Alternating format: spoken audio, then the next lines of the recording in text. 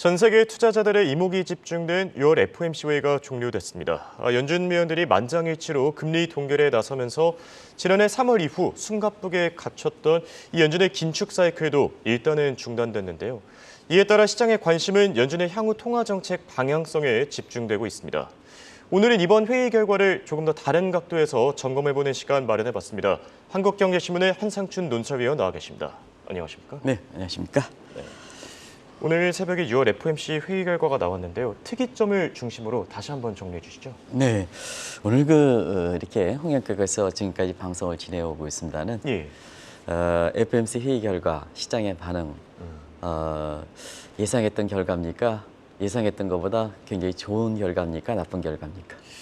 글쎄요. 그래도 시장 반응을 보면은 이 정도면 좀 선방을 한 것 같습니다. 네, 지금 홍영석 말씀대로 선방했는지 3대 지수 움직임은 아마 다우존스가 떨어졌지만 나스닥을 중심으로 해서 S&P도 올랐었고요.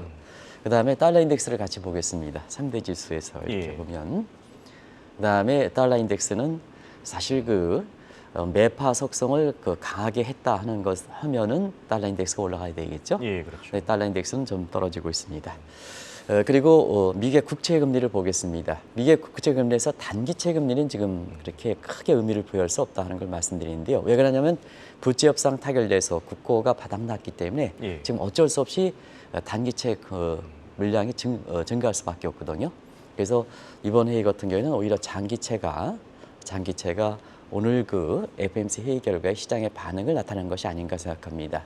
그런 과정에서는 5년물 금리에 강한 매파 속성을 갖고 있다 하더라도 시장에서는 금리가 떨어지고 있다 이렇게 보시면 되겠습니다. 원래는 좀 올라가야 되는데 이런 관점에서 볼 때는 사실 이번에 회의 결과는 뭐 다들 시청자 여러분들 예상했었죠.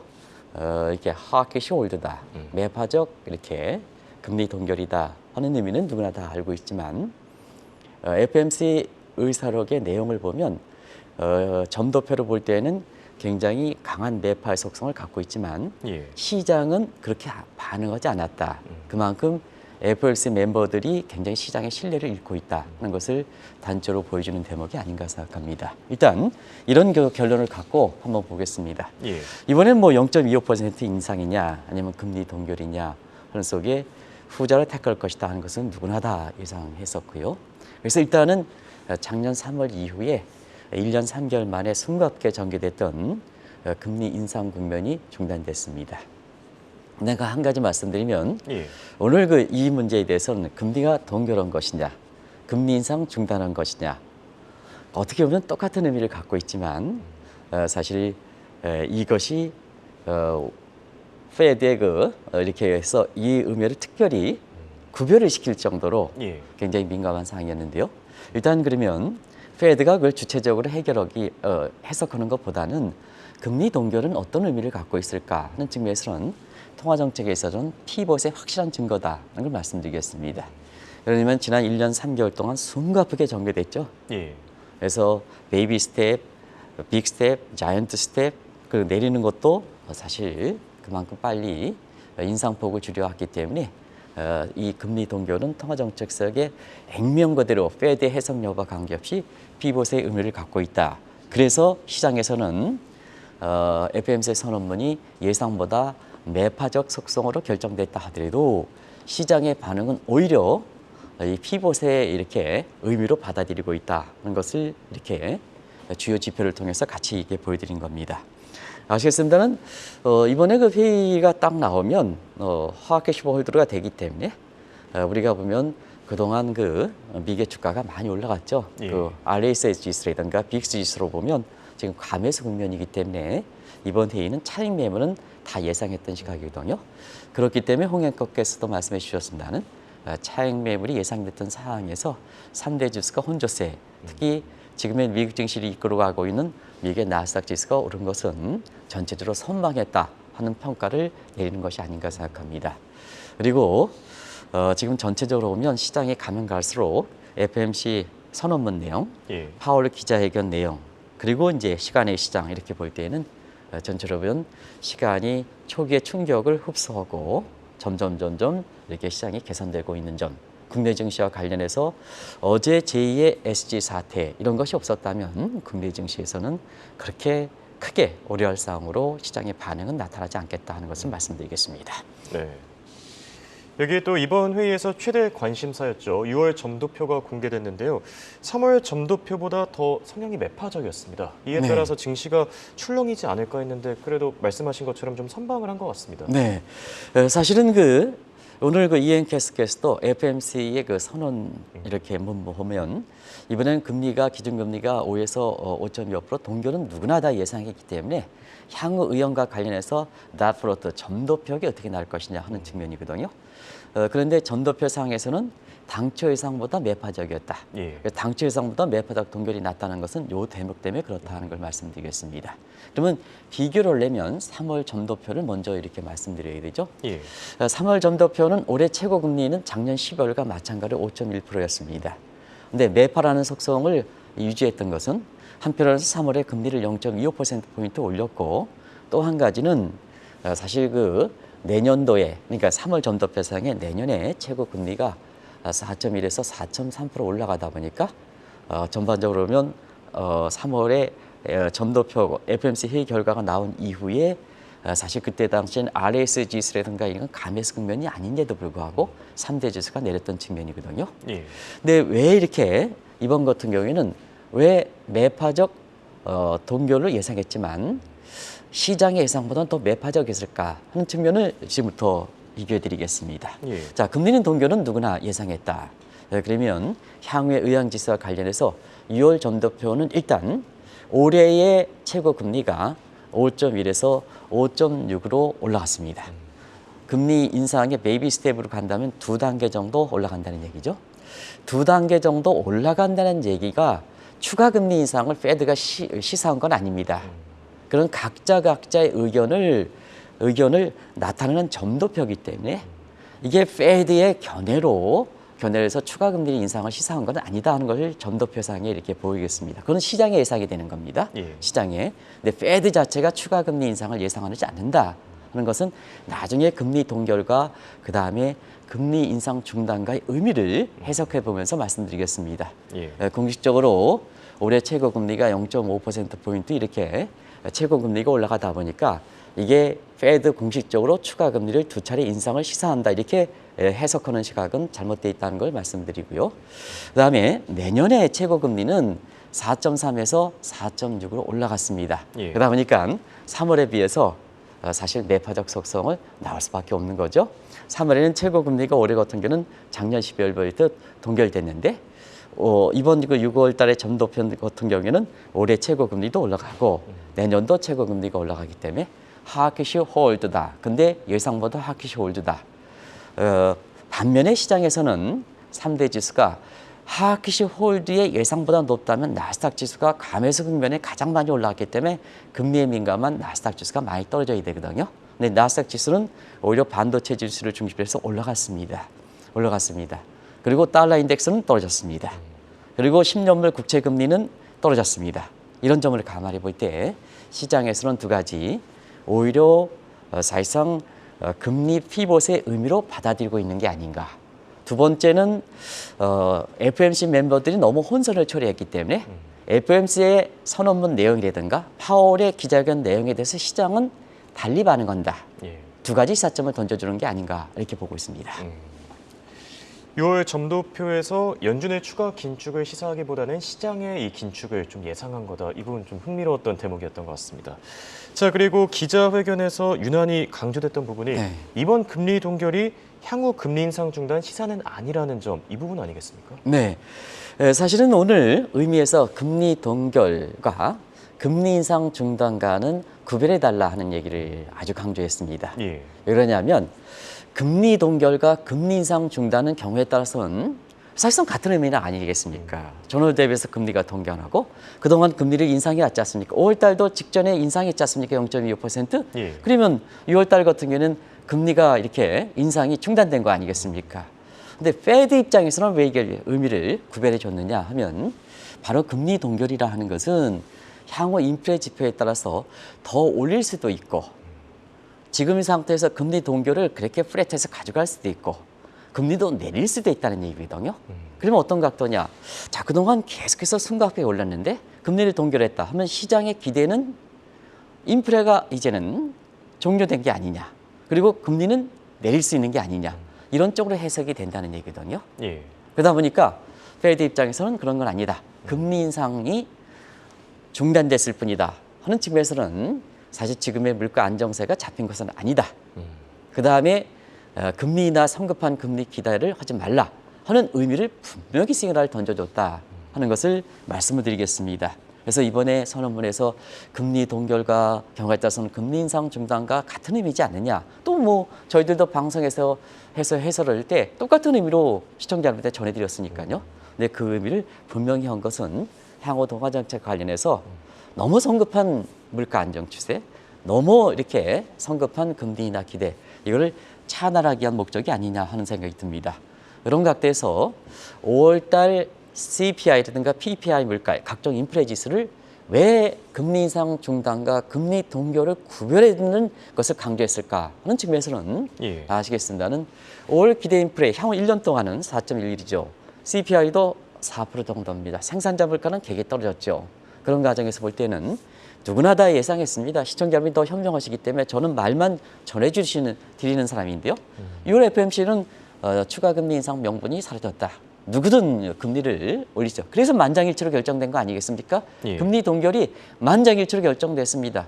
블러드 저 총재 같은 경우에는 최고 금리가 6% 올라야 된다 하는데도 불구하고 이번에 금리 동결에 대해서는 본인도 동의표를 구했거든요. 만장일치로 명분이 없어졌다는 얘기를 이렇게 이틀 전에도 말씀드렸던 겁니다. 예. 그런데 왜 금리 인상 중단에 대해서 이것을 금리 동결로 해석하지 말라라 하는 것을 강조했던 것은 여전히 인플레 지표가 높다는 얘기입니다.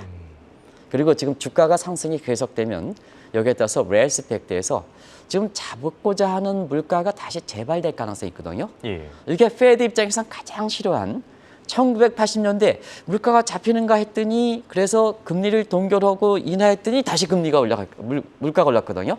우리가 얘기했던 몰커의 실수 이걸 의식해서 이 금리 동결과 금리 인상 중단을 명확히 구별한 것이 아닌가 생각합니다. 그래서 향후에 금리 동결 내지는 금리 인하 쪽에 기대가 형성되려면 오늘 FOMC 회의록 그다음에 파월의 기자회견 내용으로 볼 때는 인플레 지표가 올부터 안정세가 굉장히 됐죠. 예. 그러면 인플레 지표는 월간 지표지 않습니까? 그럼 이게 정착되느냐 하면은 3개월 이동평균 가지고 구해야 되거든요. 그러면 2월달, 5월달, 6월달, 7월달 그럼 8월달에 발표되죠. 잭슨홀 미팅 적자까지 발표하죠. 그래서 이 지표를 봐서 이동평균으로 중심축이 내려왔느냐. 자, 2월달, 3월달, 4월달과 5월달, 6월달, 7월달에 이동평균선의 중심축이 내려왔느냐. 이 여부가 향후 그 새로운 통화정책이 되는 9월달 페드 회의에서부터 금리가 내릴까 아니면 추가적으로 올라갈까 예. 하는 이런 쪽의 방향성이 결정되지 않겠나 이렇게 보고 있습니다. 얘기를 듣다 보니 확실히 금리 동결과 금리 인상 중단 두 가지 의미를 나눠야 될 필요가 있을 것 같고요. 자, 이렇게 나눠야 될 이유 중에 하나, 연준의 성장률 전망과도 관련이 있을 것 같습니다. 네, 우리도 3월 달에 연준 전망이 0.4% 올해 전망인데 1% 정도는 나오겠다 하는 것으로 말씀을 드렸었는데요. 오늘 정확히 1%가 나왔습니다. 여러 가지 페드 예측력이 문제가 되는 대목인데요.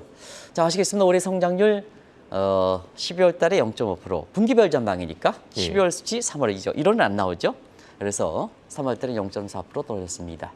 왜 이렇게 떨어졌을까 하는 측면은 당시에 SVB 사태, 실리콘밸리 뱅크를 비롯해서 그것이 경제 성장률에 미치는 영향이 그렇게 명확하진 않지만 그 점의 분위기를 감안해서 페드 예측력이 이렇게 올해 성장률이 낮아진 것이 아닌가 이렇게 보고 있는데요. 뭐 아시겠습니다는 이렇게 6월 전망에서 0.4에서 대폭 올렸습니다. 한 개월 만에 1% 올렸습니다. 2배 이상 올렸죠. 왜 그럴까? 은행위기가 성공적으로 극복했다. 경제 성장에 미치는 영향이 사실상 작았다 하는 점을 반증하는 대목이 아닌가 생각합니다. 그래서 3월 달에 페드의 전망은 은행위기 부분이었었고 우려된 부분이었고 이번에는 3개월 동안 이렇게 은행위기 부분에 대해서 성공적으로 평가하다 보니까 성장률이 IMF 수준으로 올라갔다 이렇게 보시됐습니다.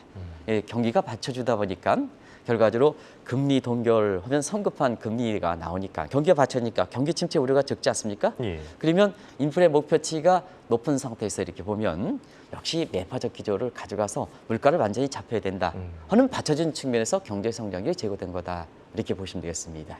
근데 문제는 여기 부분입니다.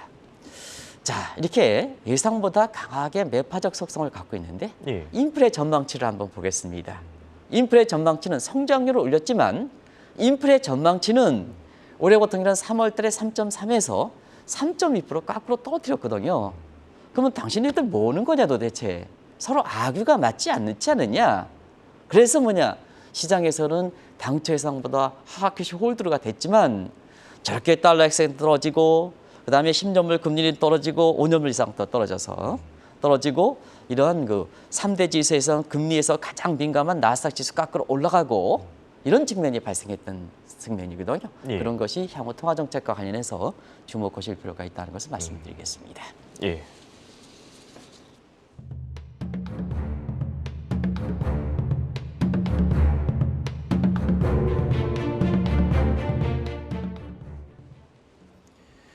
사실 기준금리 동결은 어느 정도 예상됐던 만큼 이번 회의에서는 파월 의장의 기자회견에 관심이 더 쏠리지 않았습니까? 네, 기자회견을 관련해서 사실 그 선언문에서 하락시 홀드로 예상보다 높게 되었기 때문에 파월 의장이 이것을 어떻게 할까 하는 측면에서는 상당히 완충치였다.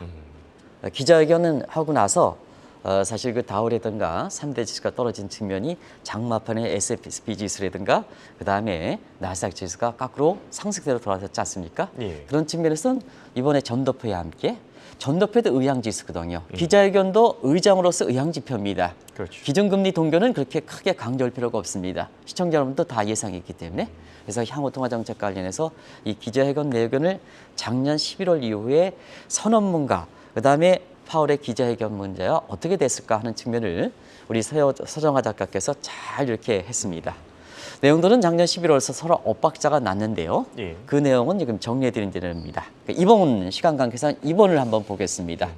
2월 같은 경우에는 선언문이 예상보다 상당히 하락시 홀드로 이렇게 됐습니다는 예. 예상보다 매파적으로 했습니다는 사실 그 시장이 이렇게 달러 인덱스도 떨어지고 그다음에 10년물 금리도 떨어지고 그다음에 3대 지수가 거꾸로 올라간 데는 바로 뭐냐 똑같은 뉘앙스를 갖고 있지만 6월 같은 경우에는 매파적 동결로 이렇게 했지만 파월의 기자회견이 시장의 충격을 생각해서 상당히 완충시켰던 뉘앙스 똑같은 하키시 홀드지만 예. 매파적 동결이지만 그것도 강조했습니다. 강조했습니다. 그러나 시장에 비추기에는 당초에 이렇게 파월 의장이 얘기했던 시각보다는 매파적 속성이 상당히 누려졌다 하는 평가가 나오면서 사실 시장이 선방했다는 평가가 나올 정도로 장후반에 나스닥 지수를 중심으로 해서 돌아선 거다 이렇게 보시면 되겠습니다. 네. 이렇게 6월 FOMC 회의 결과를 정리해보고 있는데요. 이제 투자자들의 관심, 연준의 향후 통화정책 방향성에 쏠릴 것 같습니다. 캐나다나 호주은행 같은 전철을 밟지 않을까 어떻게 생각하십니까? 네, 이번에 사실은 FOMC 회의 결과가 끝나고 나서 선언문 내용에서 예. 금리 동결과 금리 인상 중단을 좀 구별해달라. 그리고 당초 예상보다는 전도표상에서 이렇게 보면 올해가 2차례 정도 페드가 이렇게 간다면 최고금리들의 의향지수로 간다면 2차례 정도 금리가 인상된다. 또 내년도 이렇게 최고금리가 올라갔다 하는 측면에서 당초 예상보다 매파적이니까 자 자연스럽게 하반기의 통화정책에서는 지금은 금리는 동결했지만 하반기에 캐나다 중앙은행과 그다음에 호주 중앙은행처럼 가장 먼저 동결해놓고 지난달에 다시 금리를 올렸지 않습니까? 예. 이게 이제 관심이 됐던 거죠. 그래서 기자회견 전까지는 향후에 캐나다의 전철, 호주 중앙은행의 전철을 밟을 것이다. 이것이 투자 심리를 위축시키면서 과매수고 과매상 차익 실현 매물과 함께 주가가 일순간은 떨어졌던 배경이죠. 근데 시청자 여러분, 캐나다, 호주의 중앙은행의 내용에 대해서 잠시 말씀드리겠습니다. 예. 자, 3월까지 페드의 캐나다 중앙은행과 그다음에 호주 중앙은행의 목표로 했던 물가가 상당히 안정됐습니다. 그래서 가장 먼저 금리를 인상을 중단했거든요. 근데 캐나다 중앙은행과 호주 중앙은행은 금리 동결이라는 표시를 공식적으로 얘기했습니다. 공식적으로 얘기했습니다. 예. 근데 이번 같은 경우에는 페드 입장에서는 금리 동결이라는 의미를 사용하지 말라. 금리 인상 중단이다 예. 하는 쪽으로 구별했던 것은 바로 캐나다 중앙과 호주 중앙은행을 이번에 회의 결과를 아주 전철을 밟을 것이다. 그렇게 의지하는 시각, 동일시하는 시각에서 빼기 위해서 그렇습니다. 그 의미도 굉장히 중요한 의미단을 갖고 있습니다. 예. 그런데 캐나다 중앙은행 같은 경우에는 금리를 먼저 중단해놓고 사실 4월 이후에 인플레 기대 심리가 좀 올라가는 그 상태에서 인플레 지표가 불안했거든요. 그러다 보니까 곧바로 금리를 올렸습니다. 왜냐? 볼코 모멘트의 실수를 차단하기 위해서 바로 금리를 올렸습니다. 그러면 자 중앙은행 입장에서는 왜 통화정책의 선제성이 중요하냐? 금리 중단과 이렇게 내리고 올리는 것은 국민경제 보호편제 입장에서 금리만큼 중요한 게 어디겠습니까? 그렇죠. 그런데 캐나다 중앙은행이든가 호주 중앙은행이 전 때는 동결에 바로 또 동결하나 봤더니 경제 주체들 입장에선 거기에 맞게끔 외환이든 뭐든 그 대출 여부라든가 이게 맞게끔 이렇게 해주는데요. 바로 한 달 만에 올려라? 그러면 캐나다 중앙은행과 호주 중앙은행은 당신은 물가를 잡기 위해서 그렇다 하는데 국민 경제에서는 물가만이냐? 국민 경제 생활은 그렇게 보편적인데 하는 쪽에서 캐나다 중앙은행과 그다음에 호주 중앙은행이 분매를 맞았던 거거든요. 그러다 보니까 이번 같은 경우에도 예상보다 매파적이다. 그러면 자연스럽게 캐나다 중앙은행과 호주 중앙은행의 전철을 밟을 것이냐? 나올 수밖에 없죠. 예. 근데 또 금리를 올려가? 그러면 6월 달에 금리를 동결하는 게 무슨 의미냐? 국민의 입장에서 이걸 차단하기 위해서 그렇다 이렇게 보겠습니다. 그런 과정에서 향후에 그 통화정책 여부는 일단은 일선 목표인 인플레 안정 여부는 7월까지 일단 5월달 안정세 확신의 정착 여부 6월달, 7월달 3개월 이동평균으로 봐서 잭슨 홀 미팅이 8월 전에 그다음에 새로운 회계연도를 앞두고 통화정책의 마무리 국면에 해당되는 9월 회의 요 이때까지는 요 3개월의 인플레 지표의 이동평균선을 봐야 된다는 것을 말씀드리고 그런 과정에서 금리 동결이 나중에 만약에 7월 달에 금리 인상 국면으로 인상한다면 예. 사실상 페드는 문매를 맞을 거다 하는 것을 말씀을 드리겠습니다. 그래서 이번에 금리 동결과 금리 인상 중단은 사실 구별해서 시장에서 강하게 이것을 구별해 줬던 것은 자 이번에 이상보다 매파적으로 이렇게 하키시 월드 해서 곧바로 호주 중앙은행과 그다음에 캐나다 중앙은행의 전철을 밟을 것이다. 이런 측면을 차단하기 목적도 강했다는 걸 말씀드리겠습니다. 네. 어쨌든 연준의 이번 결정이 하나의 전환점이 확실히 될 것 같은데요. 중국의 경우에는 지금 기준금리를 계속해서 낮추겠다 이런 시각도 나오고 있지 않습니까? 어제 그게 분기별로 낮추겠다는 얘기가 나와서 예. 중국의 상해 지수가 얼마큼 올라갈 것인가 하는 측면이 관심이 됐습니다는 역시 지금은 중국에서 다 대부분 다 투자자에서 그 상품이라든가 이런 거 심지어 중국에서 빼달라 하는 얘기까지 나올 만큼 중국 증시가 강하게 반등하지 않았다 이렇게 보겠습니다. 어제 그 중국도 정책금리 인하 문제에 대해서 얘기했습니다는 사실 8번까지 제가 마무리해서 같이 해서 말씀드리겠습니다. 오늘 페드 회의에서 사실 각국의 중앙은행의 골든 위크입니다. 오늘 오후에는 ECB 회의가 있고요. 6월 회의가 있죠. 그다음에 잠시에는 대만과 홍콩 회의도 있습니다. 그래서 어제 그 중국의 대출금리 인하와 함께 대만과 홍콩도 같은 중화경제권이기 때문에 이 금리도 특히 한국 입장에서 홍콩과 관련된 상품, 일회성 상품이기 때문에 홍콩 회의도 굉장히 관심이 되고 있고 내일은 일본 중앙은행 회의도 관심이 되어 있습니다. 그런 각도에서 보면 사실 이번에 FOMC의 매파적 속성은 그대로 반영하는 속성으로 이 회의들이 결정하지 않겠나 이렇게 생각하고 일본 중앙은행도 지금 상태에서는 내일 회의에 이렇게 지금 위에다가 유지하고 있는 이렇게 저금리 기조를 그대로 유지할 가능성이 높습니다. 이것이 오늘 엔달러 환율이 달러 인덱스가 떨어지는데도 불구하고 엔달러 환율은 거꾸로 달러가 인덱스가 떨어지려면 엔달러 환율이 떨어져서 엔화가 강세를 보여줘야 되는데요. 엔달러 환율이 139, 140원을 그대로 유지했던 배경이다 이렇게 보겠습니다. 예. 어쨌든 지난 1년 3개월 동안 유지했던 미국 페드의 숨가팠던 금리는 동결은 각국의 통화정책 입장에서 하나의 전환점이다 하는 것을 말씀드리겠습니다. 그런 각도에서 한국은행의 고민도 깊어지지 않겠나 하는 생각이 듭니다. 예, 알겠습니다. 지금까지 도움 말씀에 한국경제신문의 한상준 논설위원이었습니다. 네, 고맙습니다. 네, 고맙습니다.